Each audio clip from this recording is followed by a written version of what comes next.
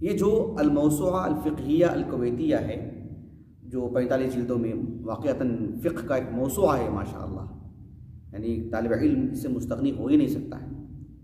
اس میں جو 28ویں جلد ہے دو صفحے چھوڑ کر کے کتاب الصوم یعنی الصوم کا جو لفظ ہے وہ مادہ وہاں سے بات شروع ہو جاتی ہے، اور بہت پھیلا ہوا ہے موضوع، بہت پھیلا ہوا ہے موضوع۔ اس میں روزوں سے متعلق جب نیت کی بات آئی تو صفت النیہ کے عنوان سے اس میں گفتگو کی گئی ہے، علماء کی بڑی ٹیم کام کی ہے اس میں۔ تو اس میں صفت النیہ سے متعلق کئی باتیں، لیکن ایک بات جو انہوں نے لکھی ہے وہ یہ کہا کہ نیت کیسی ہونی چاہیے، اس میں کیا صفات ہونی چاہیے، نیت کیسی ہونی چاہیے، الفاظ کی بات نہیں، یعنی نیت میں کیا کیا باتیں ہونی چاہیے۔ ایک شخص مسلمان روزوں سے متعلق نیت کرتا ہے نا رات میں، نیت کا تعلق تو دل ہی ہے، زبان نہیں ہے، زبان سے کوئی الفاظ سکھائے نہیں اللہ کے رسول نے صلی اللہ علیہ وسلم، نہ روزے سے متعلق نہ نماز سے متعلق، لیکن ایک کیفیت ہے نا، ہمارے خیالات میں ہمارے ارادوں میں ایک بات آنی چاہیے نا کہ مجھے کل روزہ رکھنا ہے تو اس میں کون سی صفات ہونی چاہیے۔ انہوں نے 4 باتیں بتائیں اس میں، اور بڑی دلچسپ باتیں۔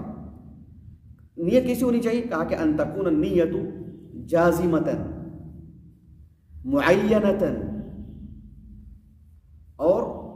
مبیتہ، اس کا معنی کیا ہے بتاؤں آپ کو، مبیتۃ، اور کہا کہ مجددۃ۔ 4 باتیں، ان تکون النیت جازمۃ معینۃ مبیتۃ مجددۃ، یہ 4 الفاظ انہوں نے لکھی ہیں۔ اس کی میں وضاحت کروں گا آپ کے سامنے انشاءاللہ۔ ان تکون جازمۃ کا مطلب یہ ہوتا ہے کہ جو ہے اس کا ارادہ، اس کے روزے میں جو نیت ہونے والی ہے اس میں ایک پختہ ارادہ ہو، اس کا کامل ارادہ ہو، اس کا ٹھوس ارادہ ہو۔ کل کے دن رمضان کی پہلی تاریخ ہوگا تو ہوگی تو میں روزہ رکھ لوں گا، ایسا نہیں ہونا چاہیے۔ یقین ہونا چاہیے کہ شعبان کے 29 ختم ہو چکے ہیں، ہلال نظر آ چکا ہے، اب کل پہلا رمضان ہے، مجھے روزہ رکھنا ہے۔ 30 شعبان ہو چکے ہیں، کل رمضان کی پہلی ہی تاریخ ہے اور مجھے کل روزہ رکھنا ہے۔ ایسا نہیں ہونا چاہیے کہ 29 شعبان ہے، ہلال تو نہیں دکھا، اگر کل کیا دیکھیں گے، کل کیسے ہوگا وہ حساب سے دیکھا جائے گا، یہ سب نہیں، پختہ ارادہ ہو۔ ان تکون جازمۃ معینۃ،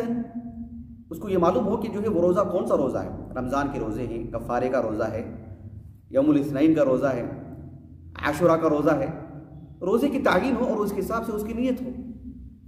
اور پھر یہ بھی کہ مبیتۃ، اس کا تعلق رمضان کے فرض روزوں سے متعلق ہے یا دیگر کوئی بھی فرض روزے، آگے بھی بتاؤں آپ کو انشاءاللہ۔ جو مبیتۃ یعنی تبییت، نیت رات ہی میں ہونی چاہیے، دن میں نہیں، فجر کے بعد نہیں، رات ہی میں اس کی نیت ہو جانی چاہیے۔ مجددۃ یعنی مثلا مان لیجیے کہ کسی کے نظر کے روزے ہیں 4 تو ہر روزے سے متعلق نیت ہو، ہر دن،